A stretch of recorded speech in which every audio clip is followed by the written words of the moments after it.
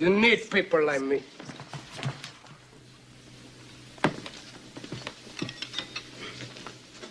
You need people like me so you can point your fingers and say, that's the bad guy. And you mentioned that blacks will be pretty much a permanent underclass in America by the year 2015. Why the year 2015? 2015 because what I've concluded from analysis is that there are going to be a converging of social factors nationally and internationally that's going to place blacks in a permanent status of underclassship. And one, we anticipate by that point in time, based on all the research that's coming to us, that the next generation of whites are going to be more anti-black than they've been since the Civil Rights Movement.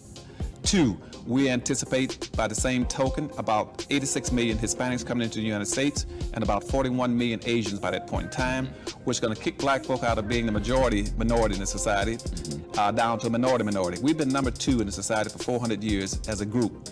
We're going to become number 4. And if we have not gotten anything after being number 2 for 400 years, you guess what's going to happen when we become number 4.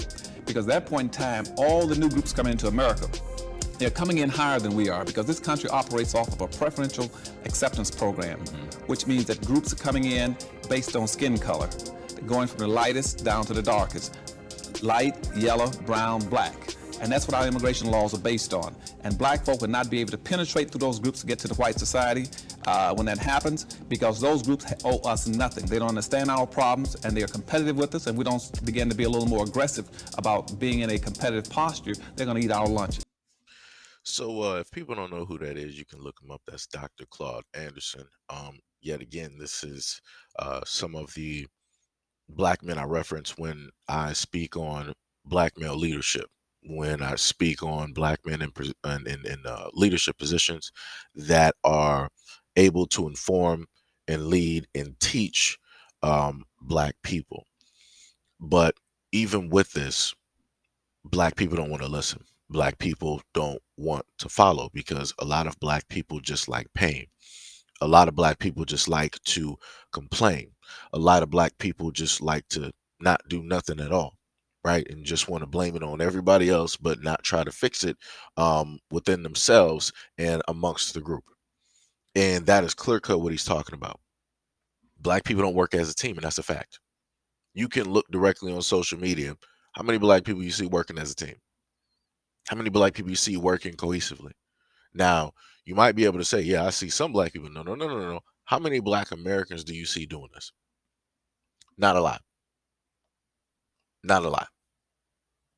Because for the longest time possible, black people have been so used to not working together. When we've built cities and towns, we've erected monuments, right?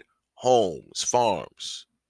We've created banks. We've done a lot of things ourselves without the need of anybody else because we came together to benefit us, to work for us, to support us, to prop ourselves up, right? We didn't need recognition. We didn't need love and support from everybody else. We just needed it from our neighbors, our families, our friends, our coworkers, right? The people who live in the same state or the same city, the same town. And for whatever reason, we decided to get away from that. Now, a lot of people can, list a variety of things, both physical and psychological, that have taken place in America for the reason that we are in the predicament that we are in. But as I've stated before, at certain points in times, I like to get away from that because I've pointed out all of those things in countless videos, time and time and time and time and time and time and time and time and time and time and time again. But the main thing that is consistent and that really does not get talked about is the fact of how black people don't trust other black people. We have a fear of our own people, one that we, in a sense, instill in ourselves, and not just by ourselves, but also by way of our family, by way of our friends. And this has helped hinder the black community as a whole. It's something that I touched on a while ago when I said that fear is one of the greatest weapons that man has ever created or ever wielded. And you can see the effects of that fear on the black community. We are at a standstill. We don't want to move unless other groups of people are in a sense behind us or helping us, when other groups of people, they'll move when they want to move. Black people are literally the only ones that will start moving the moment in time that other people start putting that battery in our back. Then we want to start marching. Then we want to start moving. Then we want to start saying something. But what about without all of those people? What about that?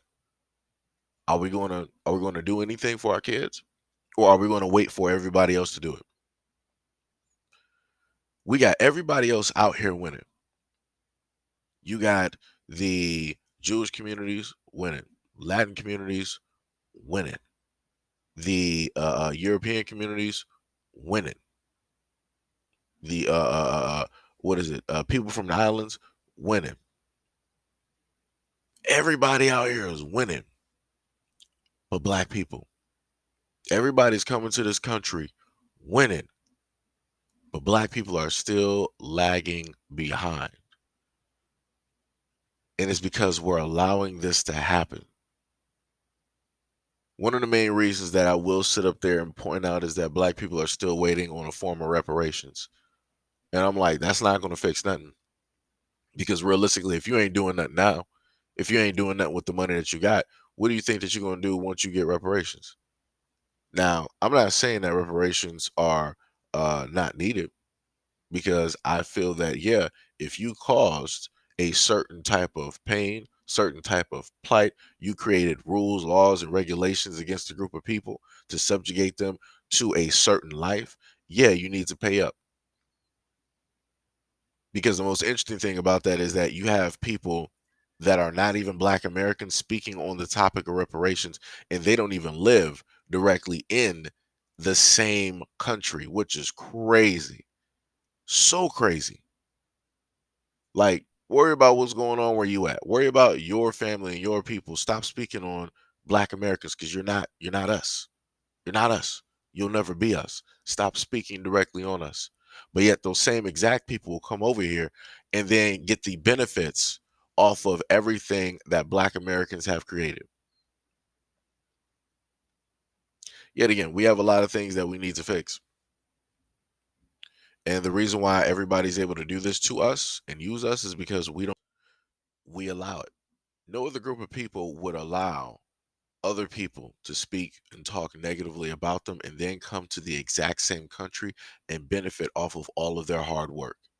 But due to the fact that black people seem not to care, don't really seem to call it out, we don't really seem to work as a team, we don't consider ourselves family or whatever it is, this is why this is able to happen.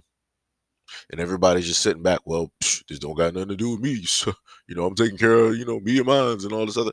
All right, like I said, you can keep doing that. And then once, as you stated, it's not affecting you right now, you're right. Once it start affecting your kids, it's too late.